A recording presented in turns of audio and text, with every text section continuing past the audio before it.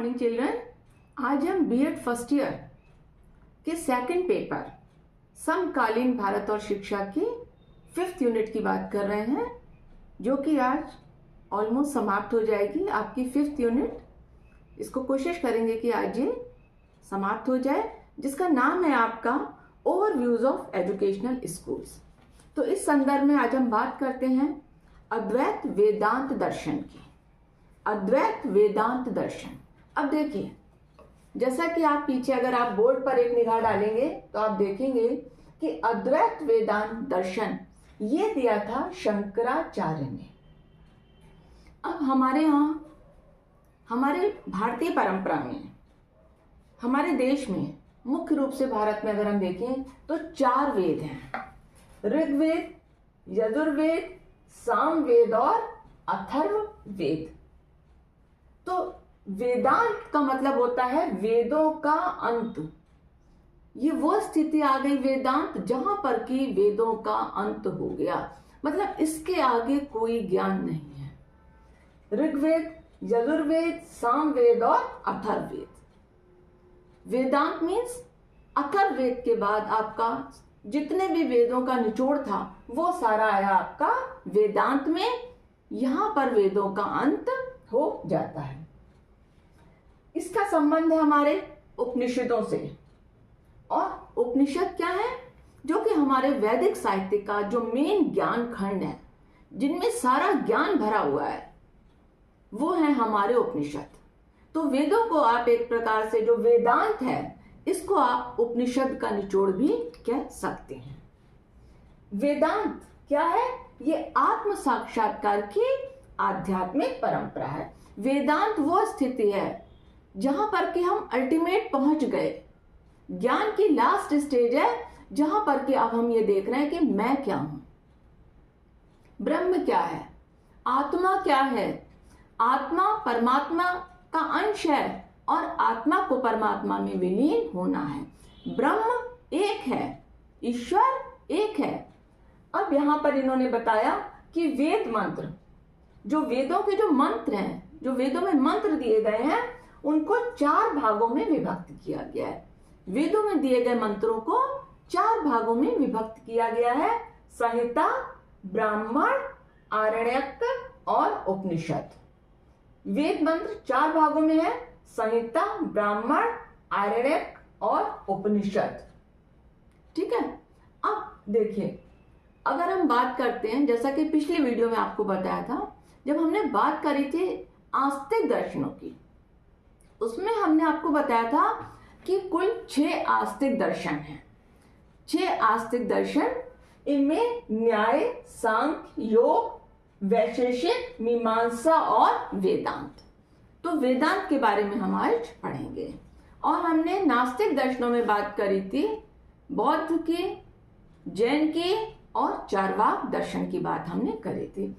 अब देखिए, चूंकि हमने यहाँ पर बताया कि वेद मंत्र, इनको 4 प्रमुख भागों में विभक्त किया गया है, जिसमें कि संहिता, ब्राह्मण, आरण्यक और उपनिषद। अब ये क्या है? सबसे पहले संहिता की अगर हम बात करें तो संहिता में स्तुति की बात करी गई है। किसकी स्तुति? ईश्वर की स्तुति। ब्राह्मण में बात करी गई उपासना की, ईश्वर की उपासना। आरण्यक में बात करी गई यज्ञों की विधियों की, विभिन्न प्रकार के यज्ञों को किस प्रकार से करना है, उसकी विधियां आरण्यक में बताई गई। और उपनिषद में ईश्वर के गुण स्वरूप, आत्मा के स्वरूप, ईश्वर और आत्मा का क्या संबंध है, इन सब के बारे में उपनिषद में चर्चा करी गई है। अब हम बात करते हैं वेदांत दर्शन की। वेदांत दर्शन ये दिया था आपके शंकराचार्य ने। जैसा कि आप देख रहे हैं, वेदांत दर्शन शंकराचार्य के द्वारा दिया गया दर्शन है। वेदांत का अर्थ होता है वेदों का अंत। वेदों का अंत। अब इसमें 2 तरह के ग्रंथ शामिल हैं। वेदांत में 2 तरह के ग्रंथ हैं। पहला है कर्म वाला, जिसको कि हम कहते हैं कर्मकांड, और दूसरा है हमारा ज्ञान कांड। अब कर्म कांड है और ज्ञान कांड है। ज्ञान कांड में मतलब वो पुस्तकें जो कि ज्ञान पर आधारित हैं। देखा जाए तो वास्तव में वेदांत क्या है? वेदांत दर्शन यह उपनिषद की ही विषय वस्तु है। आप देख रहे हैं कि वेद मंत्र में जो लास्ट है वो उपनिषद है, तो यहाँ पर जो वेदांत है वो एक तरह से उपनिषद की ही विषय वस्तु माना गया है। अब यहाँ पर उपनिषद क्या है? ये भारतीय दर्शन के बीज है। उपनिषद से ही भारतीय दर्शन की उत्पत्ति हुई है। अब यहाँ पर हम बात करते हैं कि वेदांत में क्या चीजें बताई गई हैं। तो वेदांत की अगर हम बात करें तो वेदांत में, क्योंकि वेदांत में कहा गया, सबसे पहले यहाँ पर वेदांत में बताया गया कि वेदांत का अर्थ क्या है। अर्थ में हमने आपको बताया कि वेदों का अंत, मतलब यहाँ पर परम ज्ञान की प्राप्ति वेदांत में बताई गई है। इसके बाद इन्होंने बताया ब्रह्मा के स्वरूप के बारे में। अब देखिए, ये अद्वैत दर्शन की बात करता है, अद्वैत। अब यहां पर इन्होंने कहा कि ब्रह्मा को अगर हम देखें तो ब्रह्मा को हमने यहां पर बताया कि ब्रह्मा क्या है? वो निर्गुण है, उसका कोई आकार नहीं है। लेकिन उपनिषदों में की अगर हम बात करें तो उपनिषदों में ब्रह्मा के दो रूप प्रमुख रूप से परिभाषित करे गए हैं। उपनिषदों में परा मतलब निर्गुण और अपरा मतलब सगुण। निर्गुण ब्रह्म का जो है वर्णन तो हम नहीं कर सकते, क्योंकि निर्गुण का क्या मतलब है कि उनका कोई आकार नहीं है, उनका कोई रंग रूप नहीं है, तो हम निर्गुण ब्रह्म के बारे में बात नहीं कर सकते। और ये वो गुण है जो कि संसार से परे हैं। अब अगर हम सगुण की बात करते हैं तो सगुण में क्या है? ब्रह्मा क्या है? सत्य है, और वो ज्ञान है, वो अनंत है, और ईश्वर सभी प्राणियों में व्याप्त है। हर एक प्राणी में ईश्वर है, और प्राणी के अंदर क्या है? आत्मा है, और उसके अंदर ईश्वर का निवास है। अब अगर हम जीव की बात करें और जगत की बात करें तो जीव और जगत दोनों में ही ईश्वर का निवास है। अब आत्मा की अगर हम बात करते हैं तो उपनिषदों में आत्मा को अजर और अमर माना गया है। आत्मा क्या है? आत्मा अजर और अमर है। इसमें एक चीज और बताई गई है, कोश। उपनिषद का पंचकोश है, पंचकोश। इसमें अंतिम सत्य की खोज की गई और पंचकोश के बारे में बताया गया। अब ये पंचकोश क्या है? देखिए, चूंकि वेदांत क्या है? वेदांत एक तरह से उपनिषद का निचोड़ है, तो यहां पर इन्होंने बताया कि उपनिषद में पंचकोश हैं। पंचकोश में अन्नमय कोश, भोजन अंतिम सत्य है। प्राणमय कोश, प्राण ही अंतिम सत्य है। मनोमय कोश, मन अंतिम सत्य है। विज्ञानमय कोश, विज्ञान या बुद्धि अंतिम सत्य है। आनंदमय कोश, आनंद ही अंतिम सत्य है। इसके बाद वेदांत में बताया गया मोक्ष। तो मोक्ष क्या है? मोक्ष जीवन का परम अर्थ है। मतलब जन्म और मृत्यु के जो चक्कर में हम घूम रहे हैं, जन्म मृत्यु, उसके चक्कर से मुक्ति पाना ही मोक्ष कहा जाता है। या हम कह सकते हैं कि अमरता की प्राप्ति, हमें मोक्ष की प्राप्ति होगी। अब बात करते हैं वेदांत दर्शन के सिद्धांतों की। तो वेदांत दर्शन के सिद्धांत हमें बताते हैं कि ब्रह्म सत्य है और जगत मिथ्या है। ब्रह्म सत्य है अर्थात ईश्वर सत्य है, और ये जगत मिथ्या है। ये जगत पूर्ण रूप से मिथ्या है। इन्होंने बात करी यहां पर जगत की। अब इन्होंने कहा आत्मा ब्रह्मा का अंश है। मतलब आत्मा क्या है?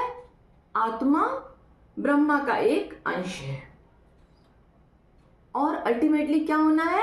आत्मा को परमात्मा में या ब्रह्म में विलीन हो जाना है। इसके बाद इन्होंने अगला सिद्धांत दिया, मनुष्य अनंत ज्ञान और शक्ति का स्रोत है। मनुष्य के अंदर अनंत ज्ञान है और उसके अंदर अनंत शक्ति है। तो क्या होता है कि जो मनुष्य अपने अनंत ज्ञान से और अपनी अनंत शक्ति से अपने आत्मा की पहचान कर लेता है, वह अपने आत्मा को पहचान लेता है, तो उसे परमात्मा की प्राप्ति हो जाती है। जब उसे पता चल जाता है कि मैं तो ब्रह्म का ही एक अंश हूं, तो यहां पर वो ब्रह्म की प्राप्ति करने में समर्थ हो जाता है।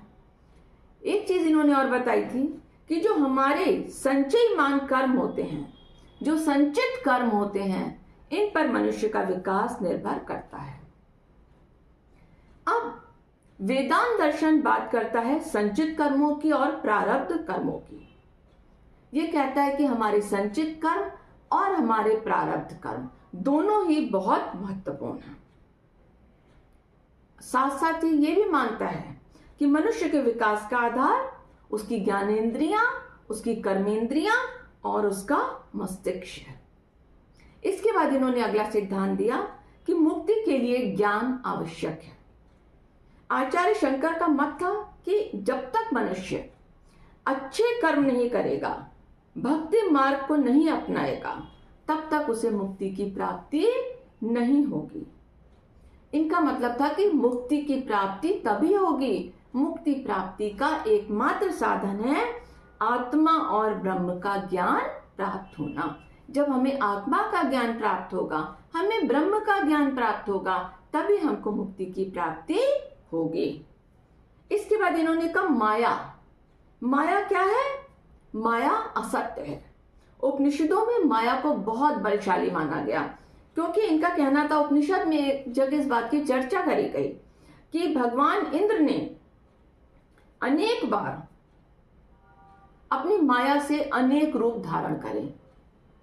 भगवान इंद्र के मायावी रूपों के बारे में हमने प्राचीन ग्रंथों में बहुत ज्यादा पढ़ा है कि किस प्रकार इंद्र माया के द्वारा अनेक प्रकार के रूप धारण कर लेते थे। तो इन्होंने माया को बहुत बलशाली बताया और इन्होंने कहा कि माया वो है जो सृष्टि की रचना कर रही है। माया के द्वारा ही सृष्टि की रचना करी गई है और माया को इन्होंने एक तरह से असत्य बताया है। इनका कहना था कि जब तक हम माया के जाल में फंसे रहेंगे, तब तक हम सत्य की पहचान नहीं कर पाएंगे। मतलब जब तक हमें ये नहीं पता चलेगा कि ये जो कुछ भी है वो माया है, नश्वर है, तब तक हमें अपनी आत्मा की पहचान नहीं होगी। और जब हमें अपनी आत्मा की पहचान होगी, तभी हम ब्रह्म की पहचान कर सकेंगे। तो माया को बहुत ज्यादा बलशाली बताया गया। और सबसे बड़ी बात है कि ये समझना कि माया क्या है? मिथ्या है, माया असत्य है। जब तक माया का त्याग नहीं करेंगे, तब तक ब्रह्मलोक को प्राप्त नहीं कर सकते। ब्रह्मलोक को अगर प्राप्त करना है तो हमें माया का त्याग करना होगा। इसके बाद इन्होंने ज्ञान प्राप्ति के लिए 3 चीजें बताई थी, श्रवण, मनन और निधिध्यासन। देखिए, जब हमने प्रारंभ में वैदिक शिक्षा की बात करी थी, उस समय भी हमने ज्ञान प्राप्ति के लिए श्रवण, मनन और निधिध्यासन की बात करी थी कि ज्ञान प्राप्त करने की विधि है श्रवण, सुनना, मनन मीन्स उसका मनन करना, निधिध्यासन मीन्स बार बार उसका अभ्यास करना। तो यह ज्ञान प्राप्त करने की विधि है और इसी के द्वारा हम ईश्वर से या ब्रह्म से साक्षात्कार कर सकते हैं। इन्होंने परलोक की धारणा के बारे में भी बताया। अब परलोक की धारणा के बारे में इन्होंने क्या बताया कि मृत्यु के बाद व्यक्ति कहाँ जाता है।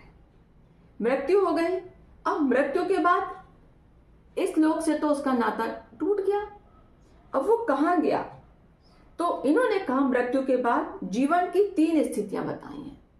मृत्यु के बाद जो हमारा जीवन है उसकी 3 स्थितियां हैं। ये बताया आपका वेदांत दर्शन में। इन्होंने बताया, एक है दैवयान। दैवयान मीन्स जो लोग आध्यात्म विद्या का पालन करते हैं। दैवयान मतलब जिन्होंने आध्यात्म विद्या का पालन किया, वे मृत्यु के बाद ब्रह्मलोक पहुंच गए। मतलब जिन्होंने पूर्ण रूप से आध्यात्मिकता के साथ रहे, वो समझ गए कि जगत मिथ्या है, माया है, आत्मा क्या है, ब्रह्म क्या है, तो वो मृत्यु के बाद दैवयान पहुंच गए या ब्रह्मलोक पहुंच गए। इसके बाद दूसरे आते हैं पितृयान। पितृयान क्या है? जो लोग दान, यज्ञ, पूजा, आराधना ये सब करते हैं। बहुत से लोग आपने देखा होगा बहुत दान करते हैं, बहुत पूजा करते हैं, यज्ञ करते हैं, आराधना करते हैं ईश्वर की। तो ये लोग क्या करते हैं? मृत्यु के बाद पितृलोक जाते हैं और पितृलोक से ये चंद्रलोक में पहुंचते हैं और चंद्रलोक में ये तब तक रहते हैं जब तक कि इनका सारा पुण्य समाप्त नहीं हो जाता। और चंद्रलोक में रहते रहते जब इनका सारा पुण्य समाप्त हो जाता है, उसके बाद ये पृथ्वी पर दोबारा जन्म लेते हैं, क्योंकि इनके जो कर्म बचे रह गए थे उन कर्मों की कटाई कह सकते हैं कि वो कर्म अपने पूरे करने के लिए, जो भी कर्म बच गए थे उन कर्मों की कटाई के लिए इनको पृथ्वी पर दोबारा जन्म लेना पड़ता है। तीसरा है तृतीयान। तृतीयान क्या है? यह निम्न कोटि के पशु, पक्षी, कीड़े मकोड़ों के लिए है। ये जन्म लेते हैं, मरते हैं, जन्म लेते हैं, मरते हैं, मतलब ये निम्न कोटि के पशु, पक्षी, कीड़े मकोड़े, पतंगे जन्म लेंगे, मरेंगे, जन्म लेंगे, मरेंगे और ये प्रक्रिया निरंतर चलती रहेगी। अब यहां पर इन्होंने बात करी कि वेदांत में शिक्षा का क्या स्वरूप है।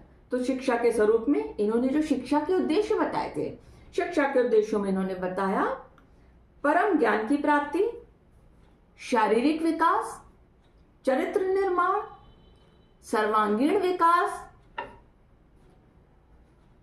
सामाजिक विकास, सांस्कृतिक विकास और उसके साथ साथ आध्यात्मिक विकास और संस्कृति के लिए शिक्षा। तो जो इनके उद्देश्य थे, परम ज्ञान की प्राप्ति, शारीरिक विकास, चरित्र का विकास, सर्वांगीण विकास, व्यक्तिक और सामाजिक विकास, आध्यात्मिक विकास और संस्कृति के लिए शिक्षा। इसके बाद पाठ्यचर्या, इनका पाठ्यक्रम किस प्रकार का था। तो अगर हम पाठ्यक्रम की बात करें तो यहाँ पर विद्यार्थियों को दो तरह की चीजें होती थी, एक परा और दूसरी अपरा विद्या। परा विद्या और अपरा विद्या। अब परा विद्या को तो इन्होंने परम ज्ञान की बात करी, तो इसमें इन्होंने जीवन, जगत, ईश्वरी ज्ञान के बारे में बताया। परा विद्या और अपरा विद्या। परा विद्या में इन्होंने बताया जीवन, जगत, ईश्वर के बारे में बात करी और अपरा विद्या में इन्होंने बात करी चारों वेद, वेदांग, कर्मकांड, व्याकरण, खगोल विद्या, इतिहास, पुराण, नीति शास्त्र, विज्ञान आदि विषयों की बात इन्होंने करी है। तो इन्होंने परा विद्या और अपरा विद्या पाठ्यक्रम में दोनों ही प्रकार के विषयों की बात करी है। शिक्षक, अब चूंकि उपनिषदों में गुरु की महिमा का बहुत ज्यादा वर्णन किया गया है, तो यहाँ पर शिक्षक का रूप, जैसा कि वैदिक पीरियड में आपने देखा था कि शिक्षक का रूप बिल्कुल ईश्वर की भांति है। यहां पर कहा गया उपनिषदों में कि गुरु उन वैदिक गुरुओं के परिवार के अंग हैं जो सभी प्रकार के अनुभवों से युक्त हैं। गुरु ऐसे हैं जिनको सभी प्रकार के अनुभव प्राप्त हैं और गुरु सादा जीवन और उच्च विचार में विश्वास रखते हैं। इसके बाद इन्होंने कहा शिष्य कैसे होने चाहिए। तो शिष्य ऐसे होने चाहिए जो मन, वचन और कर्म से हमेशा अपने गुरु की सेवा करें और गुरुकुल में रहते हुए ब्रह्मचर्य का पालन करें। तो गुरु और शिष्य के संबंध अत्यंत मधुर होने चाहिए। इसके बाद इन्होंने बात करी शिक्षण विधियों की। तो शिक्षण विधियों में क्या था, देखिए गुरु अपने शिष्यों को मौखिक रूप से ज्ञान देते थे। गुरु मौखिक रूप से ज्ञान देते थे और शिष्य उनको ध्यानपूर्वक सुनते थे और सुनते थे, उसका मनन करते थे और उसको याद करते थे। तो यहां पर जो विधियां आई वो थी हमारी स्वाध्याय विधि, उसके बाद आई हमारी निधिध्यासन, प्रश्नोत्तर विधि, तर्क और व्याख्या विधि, व्याख्यान विधि, उपदेश विधि, कथा विधि और दृष्टांत विधि। अब देखिए यहाँ पर जो विधियां आपको बताई गई, स्वाध्याय विधि, तो स्वाध्याय में वही 3 चीजें, श्रवण, मनन और निधिध्यासन, सुनना, मनन करना और बार बार उस चीज को ध्यान में लाना, बार बार उसका स्मरण करना। प्रश्नोत्तर विधि, प्रश्नोत्तर विधि में अगर शिष्य को कोई चीज नहीं समझ में आ रही है तो वो प्रश्न के माध्यम से गुरु से पूछ सकते हैं। तर्क और व्याख्यान विधि, इसके बाद व्याख्या विधि। व्याख्या विधि में गुरु अपने शिष्य को विस्तृत रूप से किसी भी विषय की जानकारी देंगे। उपदेश विधि, अब उपदेश विधि में इन्होंने कहा कि शंकराचार्य ने यहां पर विवेक चूड़ामणि, देखिए उपदेश विधि में इन्होंने 2 विधियों का प्रयोग किया। शंकराचार्य ने आध्यात्मिक रहस्यों को समझाने के लिए, शंकराचार्य ने अपने शिष्यों को आध्यात्मिक रहस्यों को समझाने के लिए इन्होंने विवेक चूड़ामणि और विवेक सहस्त्री, इन्होंने विवेक चूड़ामणि और विवेक सहस्त्री 2 चीजों में इन्होंने उपदेश विधि का वर्णन किया है। यहां पर इन्होंने आध्यात्मिक रहस्यों को जब समझाया उपदेश विधि में, तो शंकराचार्य ने विवेक चूड़ामणि और विवेक सहस्त्री में इन विधियों का वर्णन किया है। यहां पर इन्होंने उपदेश विधि में विचार विमर्श की बात करी, निर्देशन की बात करी है। इसके बाद कथा विधि और दृष्टांत विधि। दृष्टांत मीन्स छात्रों को विभिन्न प्रकार के उदाहरण दे करके समझाना। अब इसमें अगर हम छात्र की बात करें तो छात्र कैसे होते थे, तो यहां पर जब छात्रों की बात करें तो छात्र पूर्ण रूप से अनुशासित, और यहां पर इन्होंने छात्र में 4 प्रकार की योग्यताएं बताई हैं। वेदांत में छात्रों में 4 प्रकार की योग्यताएं बताई। पहले नित्यानित्य वस्तु विवेक। नित्यानित्य वस्तु विवेक मतलब छात्र नित्य और अनित्य वस्तुओं में भेद कर सकें। नित्यानित्य वस्तु विवेक, छात्र नित्य और अनित्य वस्तुओं में भेद कर सकें। दूसरा वैराग्य। वैराग्य में छात्रों को वैराग्य युक्त होना चाहिए। उन्हें पता होना चाहिए कि संसार में जो भोग विलास की चीजें हैं उनके संग उनको जुड़ना नहीं है, उनको उन चीजों से अपने आप को अलग रखना है। इसके बाद शम दम आदि साधन। शम दम आदि साधन, तो ब्रह्म विद्या में छात्र से 6 संयमों की बात करी गई। 6 संयम, कौन से 6 संयम छात्र अपनाएंगे? शम दम उप्रति तितिक्षा समाधान और श्रद्धा। ये 6 साधन इन्होंने बताए। ये 6 संयम, जो किस प्रकार के संयम छात्र रखेंगे? शम दम उप्रति तितिक्षा समाधान और श्रद्धा। इसके बाद इन्होंने बताया मुमुक्षुता। मुमुक्षुता, इसमें इन्होंने कहा कि ब्रह्म विद्या के छात्र को मोक्ष की इच्छा रखनी चाहिए। मुमुक्षुता मीन्स मोक्ष की इच्छा, मतलब जो छात्र ब्रह्म विद्या का अध्ययन कर रहा है उसके अंदर मोक्ष की इच्छा होनी चाहिए। यहां पर इन्होंने अनुशासन की बात करी। वेदांत में अनुशासन में इन्होंने कहा कि चूंकि मन बहुत चंचल होता है तो उस चंचल मन को हमें एकाग्र करना है और उस मन को हमें संयमित करना है।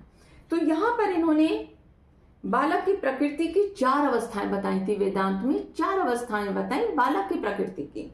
इसमें शिप्तावस्था, शिप्तावस्था में जो बालक की चंचल अवस्था है, मतलब शिप्तावस्था में बालक किसी चीज में ध्यान नहीं लगा रहा है और वो पूर्ण रूप से चंचल है, उसका मन पूर्ण रूप से चंचलता से भरा हुआ है। इसके बाद विक्षिप्तावस्था। विक्षिप्तावस्था में बालक पूर्ण रूप से, ये क्या है, अपनी इंद्रियों के नियंत्रण में है। इसका अब देखिए जैसा नाम से स्पष्ट है, विक्षिप्तावस्था मतलब वो इंद्रियों के नियंत्रण में है, उसका अपने आप पर कोई नियंत्रण नहीं है।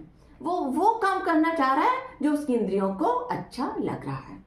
इसके बाद मुदावस्था, इसमें इस अवस्था में इंद्रियों और मन पर कुछ कुछ नियंत्रण होने लगता है। मुदावस्था में छात्र अपनी इंद्रियों पर और अपने मन पर थोड़ा थोड़ा नियंत्रण प्राप्त करने लगते हैं। इसके बाद चौथी अवस्था आती है एकाग्रावस्था। एकाग्रावस्था में यहाँ पर छात्र अपनी मन, बुद्धि, इंद्री इन सब पर नियंत्रण होने लगता है और इनकी संकल्प शक्ति, जिसको कि हम कहते हैं विल पावर, हमारी इच्छा शक्ति कि हमें अपनी इंद्रियों पर नियंत्रण रखना है, इस इच्छा शक्ति का या संकल्प शक्ति का पूर्ण रूप से विकास हो जाता है। तो देखिए अनुशासन में जब बालक की यहाँ पर जो इन्होंने अवस्थाएं बताई हैं, ये अवस्थाएं आपको समझनी होंगी, याद रखनी होंगी। क्षिप्तावस्था, विक्षिप्तावस्था, मुदावस्था और एकाग्रावस्था, ये चीजें आपको ध्यान में रखनी होंगी। तो यहाँ पर हमने बात करी थी वेदांत दर्शन की। वेदांत दर्शन आपका पूर्ण रूप से यहाँ पर कंप्लीट हो जाता है अद्वैत वेदांत। देखिए सबसे बड़ी बात है कि अद्वैत वेदांत क्या है, ये एक हिंदू दर्शन है और यह सिखाता है कि परम सत्ता केवल एक है और आत्मा उसी का अंश है। आत्मा, जीवात्मा उस परम सत्ता से अलग नहीं है, बल्कि यह उसी का रूप है। क्योंकि अद्वैत का मतलब क्या होता है? अद्वैत का मतलब है कि यहाँ पर आत्मा और परमात्मा, आत्मा और ब्रह्म एक ही हैं। अद्वैत मतलब एक ही है, आत्मा और ब्रह्म एक ही है। ये हमारा एक हिंदू दर्शन है, अद्वैत दर्शन, अद्वैत वेदांत दर्शन, जहां पर कि वेदों की समाप्ति हुई और उपनिषदों का सारा निचोड़ इसमें आ गया, जिसके की प्रेरणा थे शंकराचार्य। तो यहाँ पर वेदांत दर्शन की समाप्ति और इसके साथ साथ आपकी 5th यूनिट खत्म हो जाती है। इसके बाद नेक्स्ट वीडियो में नेक्स्ट यूनिट शुरू करेंगे, 6th यूनिट।